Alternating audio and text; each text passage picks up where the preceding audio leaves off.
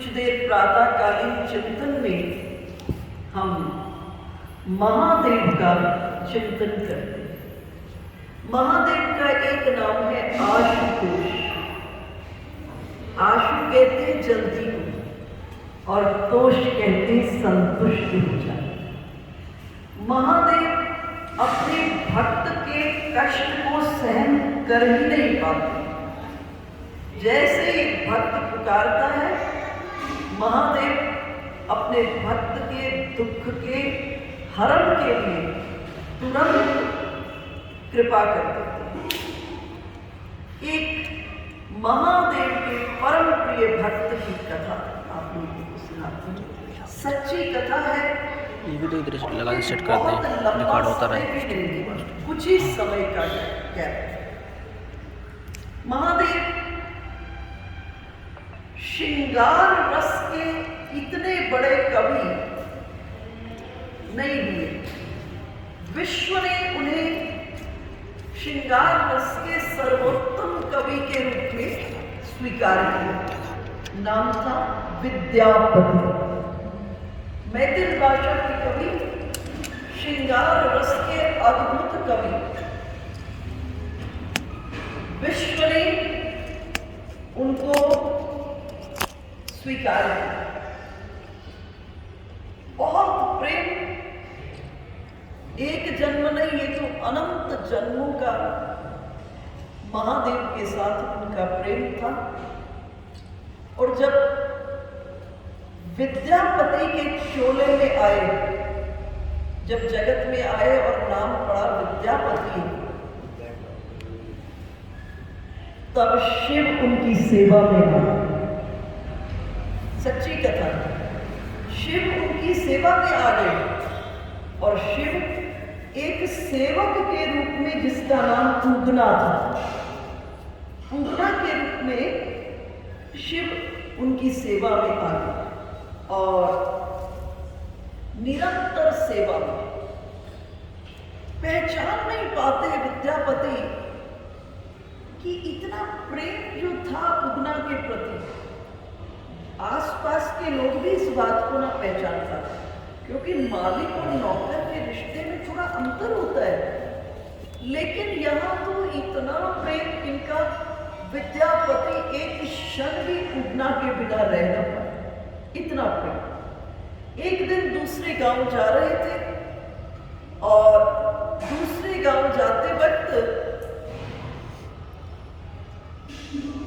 मार्ग के भीतर में भयंकर प्यास लगी। विद्यापति जी का एक ही नियम था, वो गंगा जी में ही स्नान करते थे और गंगा जल को ही पान करते थे। आज विद्यापति को प्यास लगी वन में। जब प्यास लगी वन में तो विद्यापति पूगना को कहे, पूगना कहीं से जल लेकर के आओ। लोटा दिए, अपने पास लोटा रखते थे पहले तो, लोटा को दिए, बोले कहीं से जल लेकर के आओ। और जल लेने के लिए गए। थोड़ी दूर, थोड़ी देर के बाद लौटे, लबालब जल से भरा हुआ लोटा। विद्यापति जी ने उस जल को पिया, पहचान गए गंगा जल है, क्योंकि जीवन भर गंगा जल को पान किया था और गंगा में ही स्नान किया। पहचान गए कि ये गंगा जल है। पूछे, पूगना यहाँ तो कोई गंगा का स्रोत नहीं दिखाई दे रहा है, फिर कहाँ से गंगा जल लाए? पूगना ने बात टालने का प्रयास किया, लेकिन जिद कर दिए विद्यापति। जब विद्यापति जिद कर दिए और आज पूगना अपने स्वरूप को प्रकट किए, सामने में शिव खड़े हैं।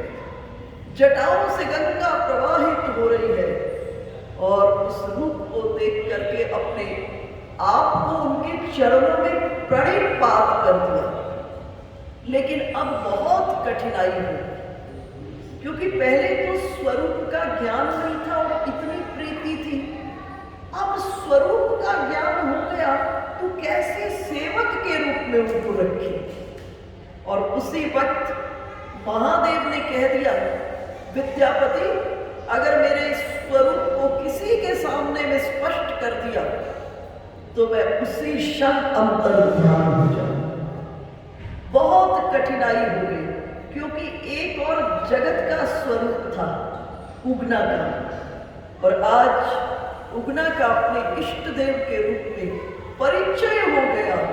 और परिचय होने के बाद अब तो प्रीति संभाले नहीं संभलती थी, लेकिन फिर साथ में एक प्रतिबंध लगा हुआ था कि मेरे स्वरूप का अगर किसी को भी बता दिया तो मैं अंतर्ध्यान हो जाऊंगा। एक अजीब सी प्रेम विरह अंतःकरण में अनेक प्रेम के भावों की वेदना और संवेदनाओं में।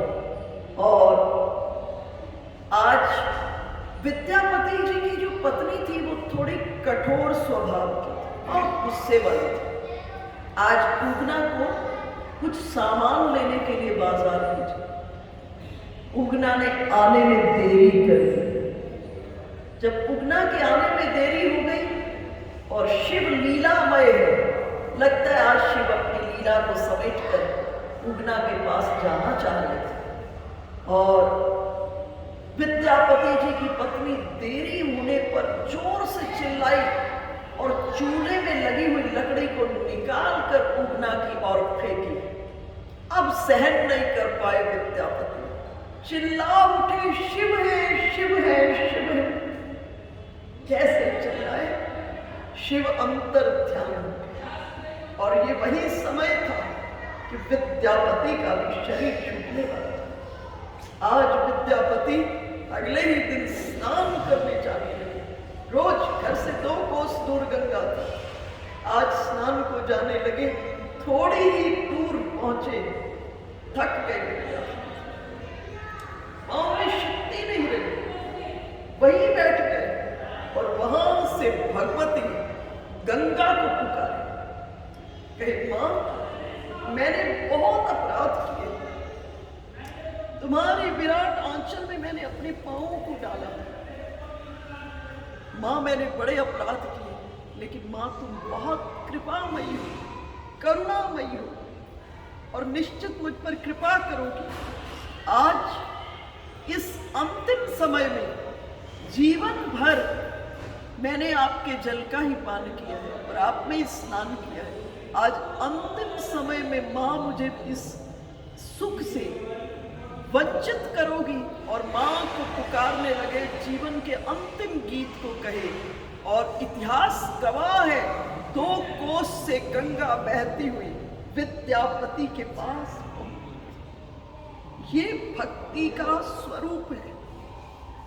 जब साधक हृदय से अपने इष्ट देव को चाहता है, जब साधक हृदय से इष्ट देव को प्रेम करता है, तो ब्रह्म अपने भाव के पावड़े पर, उस जीव के भाव के पावड़े पर चलकर उसके सामने में उपस्थित हो जाता है। परंतु उस स्थिति तक पहुंचने के लिए बहुत कुछ जगत में रहते हुए सावधानी, त्याग और मोह, इन तीनों से अपने को समेटना पड़ता है।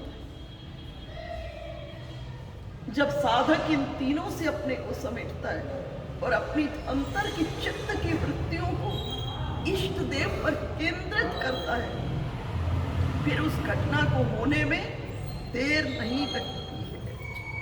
तो आइए, शिव तत्व पर हम चिंतन कर रहे थे। ये महादेव की अद्भुत में इस प्रकार की बहुत सी कथाएं, शिव महापुराण को आप श्रवण करेंगे तो शिव महापुराण में महादेव के अनेक अवतारों की चर्चा है। अवतारदानी है, विचार ही नहीं करते हैं कि आपके जीवन में क्या दोष है, आपके जीवन में क्या करना। सिर्फ आवश्यकता है प्रणिपात की। आप प्रणिपात कर रहे हो या नहीं, आपको पूरा भरोसा है या नहीं। घटना इतनी है। जिसको देखो, भगवान की पूजा नहीं करोगे चलेगा, भगवान को आपसे पूजा की बिल्कुल अपेक्षा नहीं। हमारी पूजा घड़ी 2 घड़ी की होती, परमात्मा की पूजा इस सृष्टि में निरंतर चल रही है 24 घंटे। देखना, एक आकाश रूपी थाल में 2 दीपक सजे हुए, सूरज रूपी दीपक दिन भर जलता है, चांद रूपी दीपक रात भर जलता है।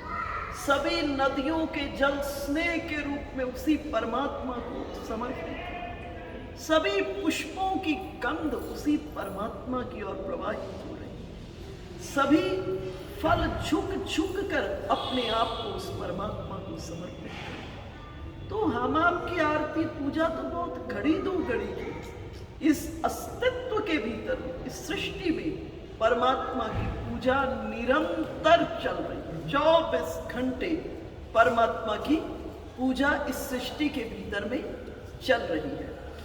तो शिव कौन है? शिव अवडरदान, आशुतोष। एक और सुंदर छोटे से दृष्टांत को सुनाकर विषय में प्रवेश करती हूँ। शिव महापुराण में महादेव के अनेक अवतारों की चर्चा, अनेक बार महादेव के अवतार हुए। उसमें से एक अवतार है वैश्यानाथ अवतार। वैश्यानाथ अवतार, एक वैश्य है, वो महादेव के, शिव की अनन्य भक्ति से ओतप्रोत है। पर ये कर्म, क्योंकि आज जो हम हैं ना, कई जन्मों के हिसाब किताब हैं। आज को देखकर किसी के बारे में आप कुछ नहीं कह सकते, कई जन्मों के हिसाब किताब हैं। तो ये शिव से अनन्य प्रेम करती है। इसके पास एक मुर्गा है और एक बंदर है। मुर्गा और बंदर दोनों को खूब रुद्राक्ष ने धारण कराए हुए और अपने काम से निवृत्त होकर, ये वैश्य का कार्य हो सकता है किसी पूर्व जन्म के प्रभाव के कारण था, और अपने कार्य से निवृत्त होकर के अपने मुर्गा और अपने बंदर को खूब नचाती है ओम नमः शिवाय का कीर्तन कर करके। खूब उन्मत्त होकर मुर्गा और बंदर नाचते हैं। और आज शिव परीक्षा लेने के लिए पहुंच गए इसकी।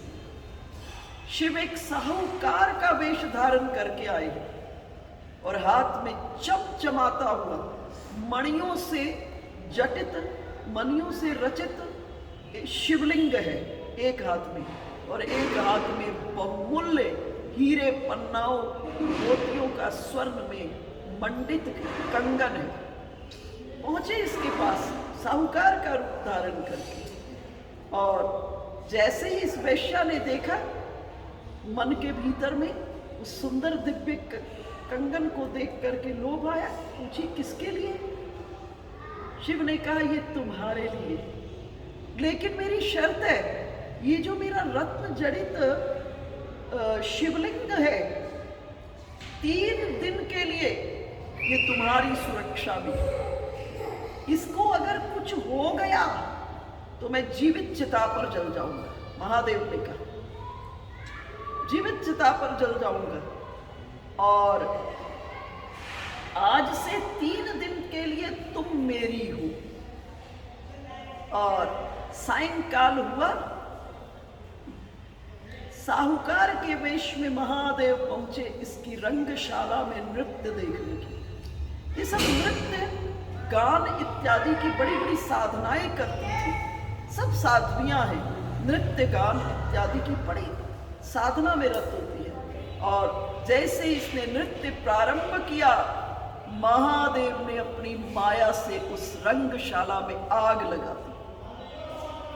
आग लगी तो इसको वचन याद आया कि साहूकार ने तो मुझे कहा था ये शिवलिंग अगर जल गया तो मैं जीवित चिता पर जल जाऊंगा। सबसे पहले नृत्य को छोड़ करके अपने बंदर और मुर्गा को खोली, और उसके बाद पहुंचे उस स्थान पर जहां शिवलिंग रखा था, रत्न जड़ित, देखी वो जलकर भस्म हो गया। भस्म हो गया। आकर वो कही साहूकार वालों को कि मैं उसकी सुरक्षा नहीं कर पाई। ये जो शिवलिंग आपने दिया था वो तो जल करके भस्म हो गया है। महादेव साहूकार के वेश में कहे, मैंने तुम्हें पहले ही कह दिया था कि अगर इस शिवलिंग को कुछ हो गया तो जीवित चिता पर जल जाओगे, मेरे लिए चिता की तैयारी करो। और अभी स्वरूप से नहीं परिचित है, कौन है इष्ट देव परीक्षा ले रहे हैं, इसका ज्ञान नहीं है इस वेश्या को। चिता की तैयारी की और तैयारी करके साहूकार के वेश में शिव उस चिता पर बैठे। चिता पर बैठे तो अब इसके मन में एक विचार आया कि नियमता तो मैंने इनको वचन दिया था कि 3 दिन के लिए मैं इनकी हूं, तो अब मुझे भी चिता पर जलना चाहिए। लोगों ने समझाया तुम इनकी ब्याहता थोड़ा हो जो तुम्हें चिता पर जलना है। कहीं नहीं, लेकिन मैंने वचन दिया था। और एक चिता अपने लिए भी तैयार की और उस चिता के ऊपर में ये वैश्या बैठी। अग्नि जैसे ही प्रज्वलित हुई, रूप बदला। अब साहूकार नहीं है, पंचमुख, प्रत्येक मुख पर त्रिनेत्र कर्पूर गौरव महादेव प्रकट हो गए और प्रकट होकर कहे इस वेश्या को, आज मैं तुम्हारी साधना से पूर्ण रूप में तृप्त हुई। और अपने साथ कहाँ ले गए? नित्य कैलाश में। इसलिए शिव कौन है? आशुतोष, अवडर दानी। देखो, मैंने कल भी चर्चा की थी, क्योंकि जब तक अध्यात्म के मर्म को नहीं जानोगे तो विषय को ऊपर ऊपर ही समझोगे, अंतरंग में नहीं समझोगे। हम कई जन्मों के हिसाब किताब है, पहली चीज। और दूसरी चीज क्या है कि परमात्मा पारस है। ठाकुर जी को कुछ लेना देना नहीं आप कैसे हो, परंतु एक चीज की सावधानी बरतना, जैसे हो कैसे हो इससे कुछ लेना देना नहीं। जैसे हो वैसे के वैसे पूरे के पूरे अपने आप को ठाकुर जी से जोड़ना। मानस में एक चौपाई आप पढ़ते हैं, निर्मल मन जन सो मोहि पावा, मोहि कपट छल छिद्र न भावा। अब इसमें इस चौपाई का आप क्या अर्थ लेते हो? क्या ये अर्थ लेते हो कि जिसका मन निर्मल हो गया वो भगवान को प्राप्त करे? अरे भाई, निर्मल वो ही जीव चाहकर निर्मल नहीं हो सकता। विधि प्रपंच गुण अवगुण साना। विधि का प्रपंच है, गुण और अवगुण सने हुए हैं, सने हुए। जैसे आटे में पानी डालकर सान दिया जाता है, वैसे इस जगत में गुण और अवगुण सने हुए हैं। तो निर्मल का सिर्फ इतना अर्थ है इस चौपाई में, आप जैसे हो वैसे के वैसे परमात्मा की शरण में चले जाए। आप कैसे हो इससे कुछ लेना देना नहीं ठाकुर जी को, और जैसे हो वैसे के वैसे जाना। और इसमें बड़ी कठिनाई होती है। जैसे हो वैसे के वैसे पहुंचने में बड़ी कठिनाई होती है। हम भगवान के पास जाकर के बहुत झूठ बोलते हैं। भगवान को प्रणाम करते क्या कहते हैं? प्रभु भक्ति देना। अंतर में विचार करके सोचना, अभी भक्ति आपकी अंतर की इच्छा नहीं है, अभी तो बहुत इच्छाएं पड़ी है इस जगत के भीतर में, है ना? तो भगवान के पास जाके कह देते हो, भगवान मुझे भक्ति देना। थोड़ा बेपर्द होना भगवान के पास जाके। क्या कहना? प्रभु मुझे ध्यान से देखो,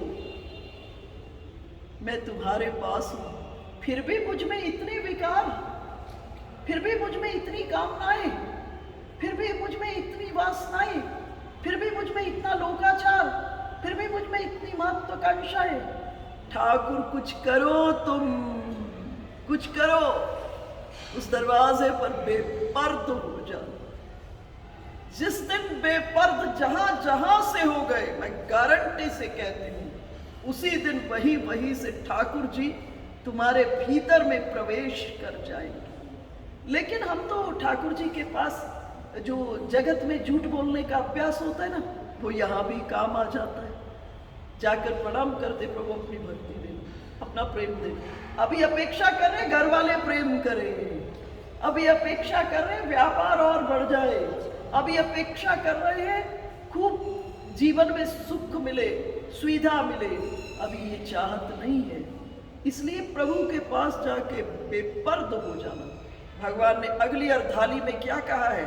मोहि कपट छल छिद्र न भावा। मुझे कपट पसंद नहीं है, मुझे छल पसंद नहीं है और मुझे छिद्र पसंद नहीं है। कपट किसको कहते हैं? कपट किसको कहते हैं? जिसने क के ऊपर में पट डाल दिया है। क कहते हैं कलेवर को, इस शरीर के ऊपर पट डाल। ढक तुम जो हो उसको ढक रहे हो, छुपा रहे हो, है ना। कपट छल, छल का अर्थ है जो नहीं हो वो बनने की कोशिश में लगे हो। और छिद्र का अर्थ है भगवान की कृपा, भगवान की करुणा, भगवान की वात्सल्यता में संदेह है, पूरा पूरा भरोसा नहीं है, पूरा पूरा। जिस दिन भरोसा पूरा हो जाएगा, अरे भाई श्री राम दरबार में अंगद ने जाकर के पांव टिका दिया, किसके बल पर टिकाया था? श्री राम के बल पर। अंगद के पास शक्ति नहीं थी। रावण जैसे इतने महावीर क्या अंगद के पांव को ना हटा सके? ऐसा था ही नहीं। अंगद श्री राम के अपने अंतरंग में संकल्प के और इतना बड़ा उद्घोष कर दिया भरी सभा में। अंगद ने कहा मेरे पांव को जरा सा भी तिल भर भी हटा दिए तो यही हम राम सीता को हार करके जा रहे हैं। ये एक छोटा सा सेवक के बात को कह रहा है। आप सोचिए, अंगद कह रहा है, किसके बल पर कह रहा है? राम जी के बल पर कह रहा है। अर्थात भगवान की करुणा, भगवान की कृपा और भगवान की वात्सल्यता पर भरोसा। अगर आपको भरोसा हो गया तो जीवन में बात बनने में देर नहीं लगी। हम पूजा तो भगवान की करते हैं, लेकिन भरोसा संसार का करते हैं। करते हो कि नहीं? पूजा भगवान की करते हो, लेकिन भरोसा संसार का करते हो। अरे भाई, जिनकी पूजा करते हो उनका कभी भरोसा करके देखो, बात बनने में देर नहीं लगेगी। यही गड़बड़ी हो जाती है। पूजा ठाकुर जी की, भरोसा संसार का। जिस समय महाभारत का युद्ध हो गया और युद्ध के बाद एक दिन द्रौपदी बैठी थी श्री कृष्ण के पास, कृष्णचंद्र को उल्हाना दी। कहीं जब मेरा चीरहरण हो रहा था तो आपने आने में इतनी देर क्यों की? भगवान कहे द्रौपदी अभी भी अपनी गलती मेरे ऊपर डाल रही है। जरा विचार कर, तुमने पुकारा किसको था? तुम अपने 5 पतियों को पुकार रही थी। जब उन 5 पतियों से कोई प्रति उत्तर तुम्हारी रक्षा में न मिला, तब तुम भीष्म पितामह दादाजी को पुकारने लगे। जब वो भी तुम्हारी रक्षा के लिए नहीं आए तो तुम कुलगुरु कृपाचार्य, द्रोणाचार्य जी इत्यादि को पुकारने लगे। जब वो लोग भी नहीं आए तब तुम समाज के श्रेष्ठ आर्यावर्त के श्रेष्ठ आमत्य वर्ग को पुकारने लगे। जब कोई नहीं आया तब तुम्हें अपने बल का भरोसा होगी। अपने बल से अपनी साड़ी को पकड़कर रक्षा अपनी करनी चाहिए। और जैसे ही तुमने अपने बल को छोड़ा और ऊर्ध्वबाहु होकर हे द्वारिका वासिन गोविंद पुकारा, और तत्क्षण सुनो द्रौपदी, मैंने गो शब्द द्वारिका में सुना और बिंद शब्द मैंने हस्तिनापुर में सुना। गो शब्द मैंने द्वारिका और बिंद शब्द मैंने हस्तिनापुर में सुना। मुझे आने में इतनी ही देर लगती है, परंतु गड़बड़ी क्या है? हम पूजा तो ठाकुर जी की करते हैं और भरोसा संसार का करते हैं। जिस दिन हमारा भरोसा त्रिभुवन के ठाकुर जी पर हो जाए, घटना होने में देर नहीं। आप अनुभव करो, ये मत अपेक्षा करना कि जैसा चाहते हो प्रभु वैसा कर देंगे। नहीं, ये आपके विश्वास की बहुत गलत डेफिनेशन है, आपके भरोसे की गलत डेफिनेशन है कि हम जैसा चाहते हैं प्रभु वैसा कर दें। हम तो पता नहीं क्या क्या चालेंगे, है ना? इसमें भी भरोसे का इतना ही अर्थ है, भगवान जो करेंगे उसमें हमारा कल्याण है। इस बात का भरोसा, प्रभु जो कर रहे हैं उसमें हमारा अंततः कल्याण है। जिस दिन इस बात का भरोसा हो गया, पहली चीज, आप कभी जीवन में दुखी नहीं। दुख तो इस बात का ही होता है ना, ऐसा हो गया वैसा हो गया। जब आपको ये भरोसा हो जाएगा कि प्रभु जो करेंगे उसमें अंततः कल्याण है, इस बात का हृदय में गहरा विश्वास, तो क्या हम आपको जीवन में कभी दुख नहीं, किसी स्थिति में दुख नहीं, ठीक है। उसके बाद हम सिरसा में जब रहते थे, आश्रम में, सिरसा आश्रम में रहते थे। मैं एक घटना बताती हूँ। सिरसा आश्रम के सामने में एक नामधारी सिख परिवार, उस समय उनका जवान बेटा, जिसके छोटे छोटे बच्चे थे, एक शायद 1.5 साल का, एक 2.5 साल का बच्चा, ऐसा था उस समय, तो उनको डेंगू बुखार हुआ और सिरसा से लुधियाना ले गए। उनके जो ससुर जी थे, उस लेडी के ससुर जी और जिनका बेटा था, वो सरदार जी जब भी गांव से आते थे ना, मेरे पास बैठ के सत्संग बहुत करते थे। उनका ये एक आदत थी, बड़े भक्त स्वभाव के थे। अब ये घटना हुई तो वो गांव से आए, सब लोग गए हुए थे लुधियाना बच्चे को लेकर, लेकिन वो दोपहर में मेरे पास आए और आए, बहुत देर तक सत्संग की। कहीं मन में मैंने उनके कोई घबराहट, कोई चिंता, कोई माथे पर भविष्य की दुख भरी तस्वीर को मैंने नहीं देखा। बिल्कुल शांत समाधि। हालांकि मैंने ही पूछा कि बाबा जी बेटे का कोई समाचार आया?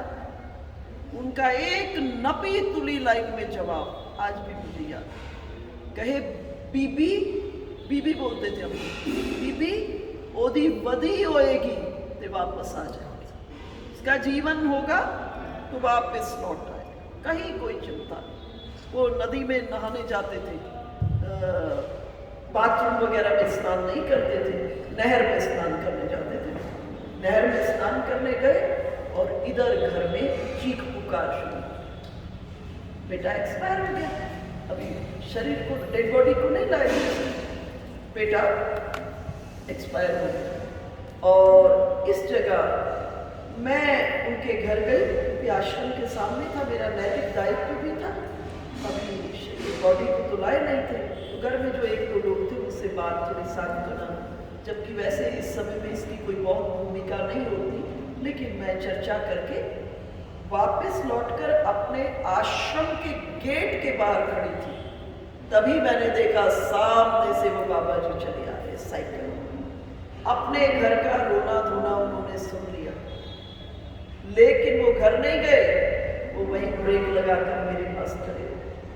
बहुत देर उन्होंने सत्संग किया, खड़े और चलते वक्त क्या कहा, बीबी जीदार सी वो ले गए, जिसका था वो उसको लेके चला।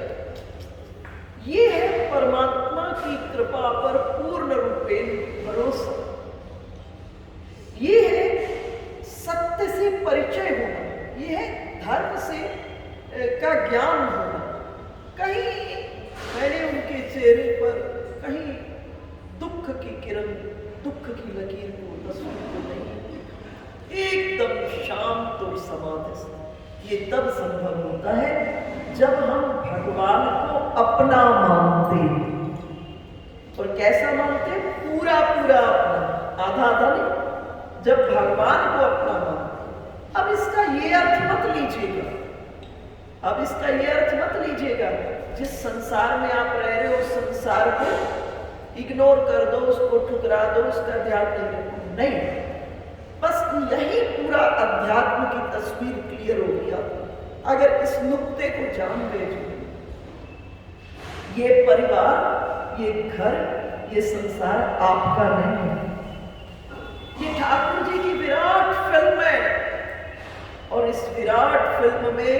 घर में जो 4-5 लोग हैं ना, उनके प्रति की ड्यूटी का रोल आपको दे दिया है। आप फिल्म को तो देखते होंगे, फिल्म में आप देखते होंगे बहुत से एक्टर्स होंगे और हर एक एक्टर की कोशिश होती है अपनी ड्यूटी को खूबसूरत करना।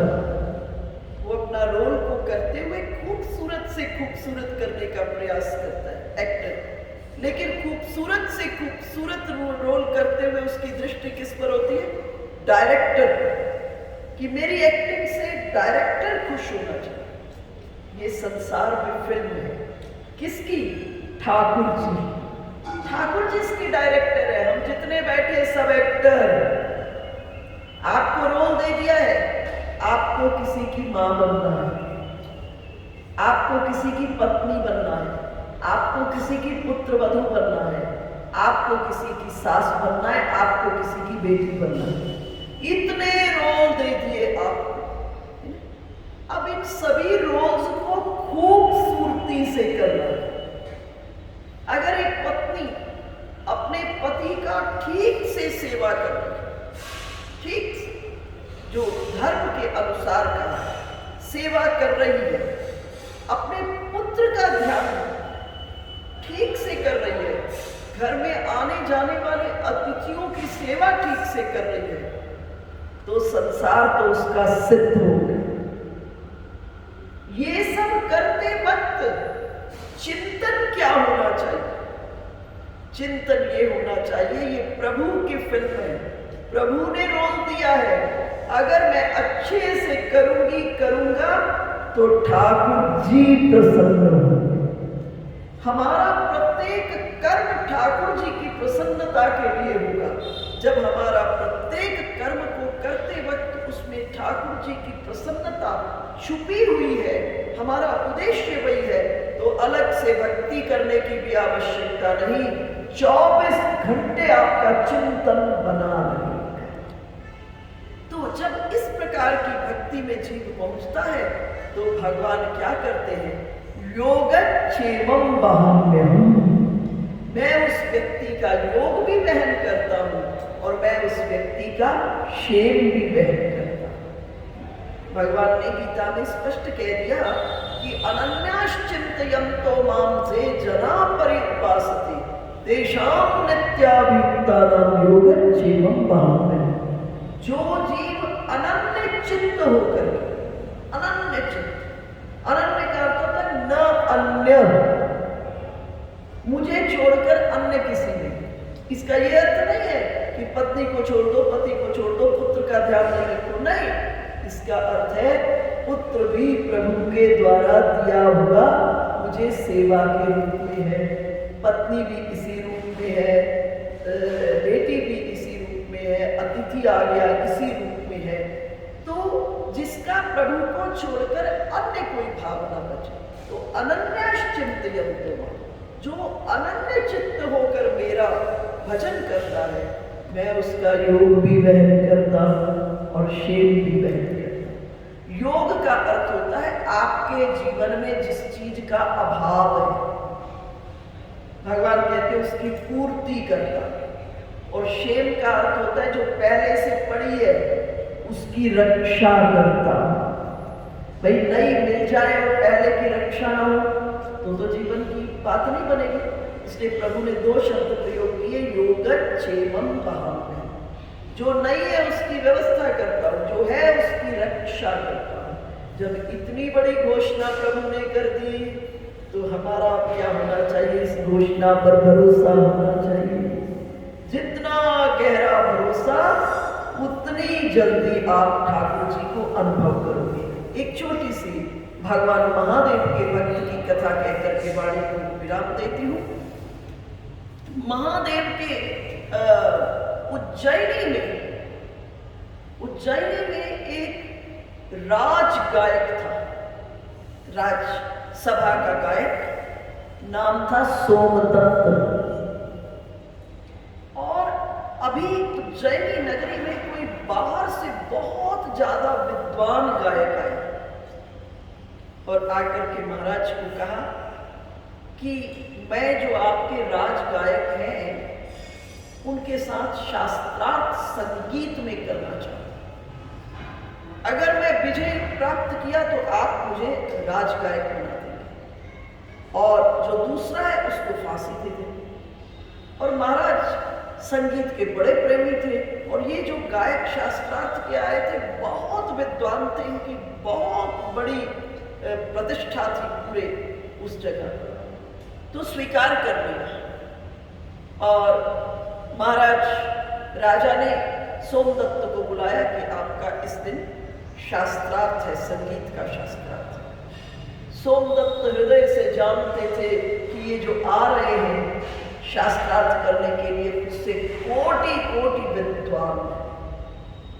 और सोमदत्त क्या किए, कल शास्त्रार्थ है, आज महादेव के चरण पर जाकर बैठे, कहे प्रभु मैं जानता हूं मुझसे करोड़ों गुना विद्वान है, मैं नहीं कर पाऊंगा शास्त्रार्थ, आपको मेरी रक्षा करनी होगी, मेरी रक्षा करनी होगी।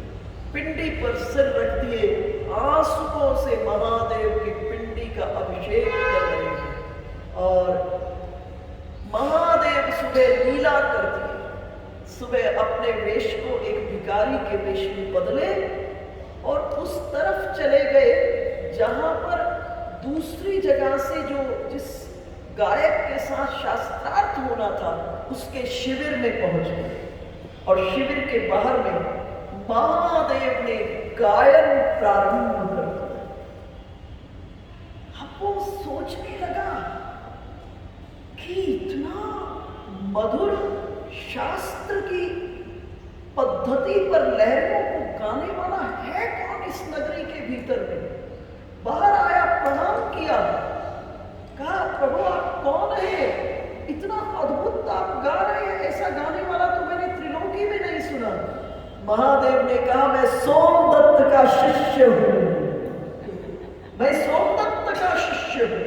जब ये कहा तो जो बाहर से आया था गायक, कहा जिनके शिष्य इतने विद्वान हैं, इतने पारंगत हैं, इतने पंडित हैं, उनके साथ मैं कैसे शास्त्रार्थ कर सकता हूं। बिना शास्त्रार्थ किए ही लौट गया। तो प्रभु अपने भक्तों की रक्षा करते हैं, सिर्फ आवश्यकता किसकी है, हम भगवान के भक्त बन जाए।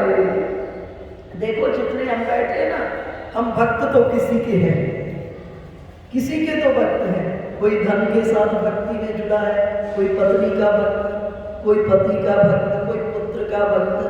कहीं ना कहीं हमारे अंदर की जो भक्ति है वो खंडित खंडित बटी हुई है। परंतु जिसकी भक्ति इकट्ठी होकर के प्रभु के साथ जुड़ गई, अब प्रभु ऐसे भक्त के समीप सदैव बने रहते। इसके वृंदावन धाम में आप लोग आए हो, बस प्रभु से, किशोरी जी से एक ही प्रार्थना करो कि प्रभु हमको ऐसी भक्ति दे दो कि हमारा भरोसा तुमको छोड़कर अन्यत्र जगत में कहीं न जाए। बस यही मांगना। अगर यहाँ टिक गए हम आप, फिर हमारी तलाश जिंदगी की खत्म हो जाएगी। फिर त्रिभुवन के ठाकुर स्वयं आकर के आपके सामने में खड़े हो जाएंगे। तथास्तु। बोलिए शंकर भगवान की जय। जगत जननी जगदम्बा महारानी की जय। यशोदानंदन भगवान की जय। बाल कृष्ण लाल की जय। लक्ष्मी मैया की जय। वृंदावन धाम की जय। गिरिराज भगवान की जय। 84 कोस ब्रजमंडल धाम की जय। भाष्यकार श्री स्वामी रामानुजाचार्य जी महाराज की जय। पूज्य स्वामी जी महाराज की जय। जय जय श्री राम।